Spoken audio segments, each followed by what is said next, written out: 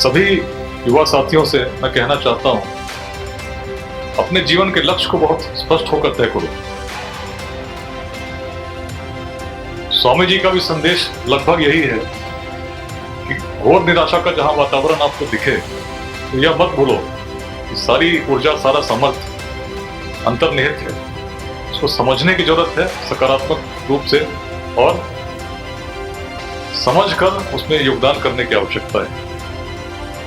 यदि आप सोचते हो कोई कार्य असंभव है तो जान लो असंभव कुछ नहीं है। जो परिस्थितियां कठिन दिख रही हैं, परिस्थितियां बदल जाएंगी, परिवर्तित हो जाएंगी। एक मन में उस विश्वास को झुकने नहीं देना, टिकने नहीं देना। इस देश ने, हमारी संस्कृति ने असंख्य उदाहरण देखे हैं जब व्यक्ति ने मन में ठाना, उसको निर्धारित किया, उस लक्ष्य को प्राप्त किया है।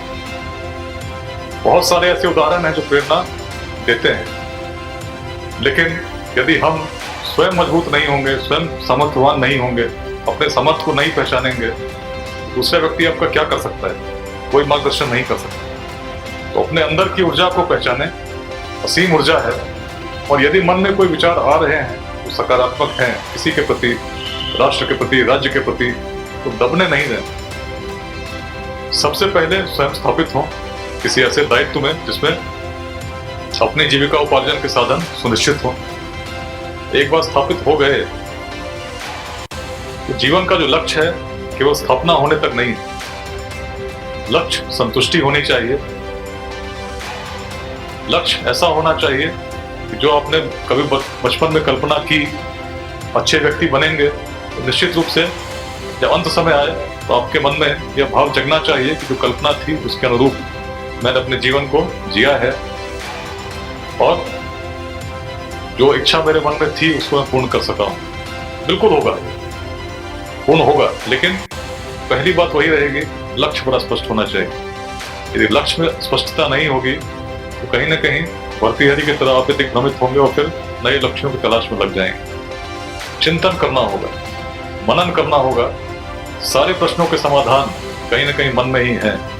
यदि कोई कहता है कि कोई चीज कठिन है तो जान लो कठिन कुछ नहीं है।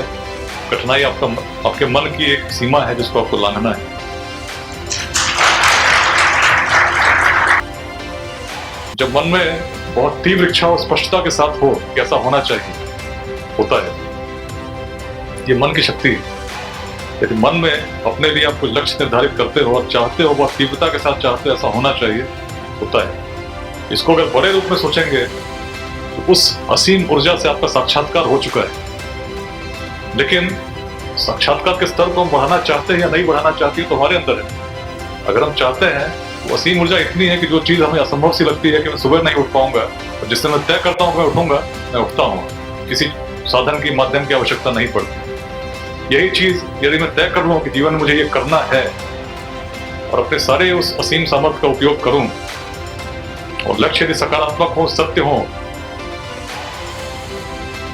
तो प्रेरणा अपने आप जागृत होगी, दूसरों को भी प्रेरित करेगी और आप परिवर्तन के वाहक निश्चित बनोगे। स्वामी जी का मूल संदेश यही है, निराशावादी कभी मत बनना। वातावरण निराशाजनक हो सकता है, मन में उस आशावादिता को जीवित रखना है, अपने सामर्थ्य का सदैव स्मरण करना है। समस्त सृष्टि की सारी शक्तियां अपने अंदर समाहित है, मानकर चलना है। We need men of जो मसल्स ऑफ स्टील एंड जो उन्होंने बात कही, क्यों कही?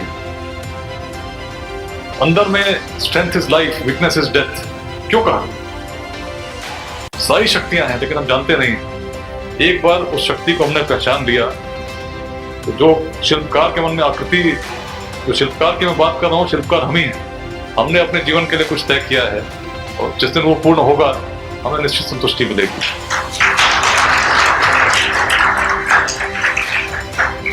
और आज शिल्पकार युवावस्था में उस अवस्था में है जिसमें आकृति को आप रूप समय के साथ देते जाएंगे।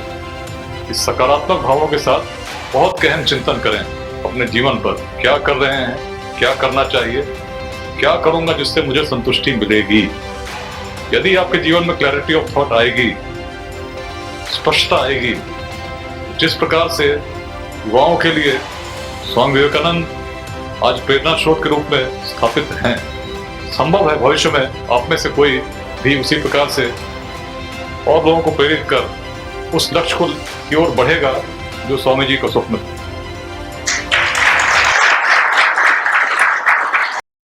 लेट्स इंस्पायर बिहार, आइए मिलकर बिहार को प्रेरित करें।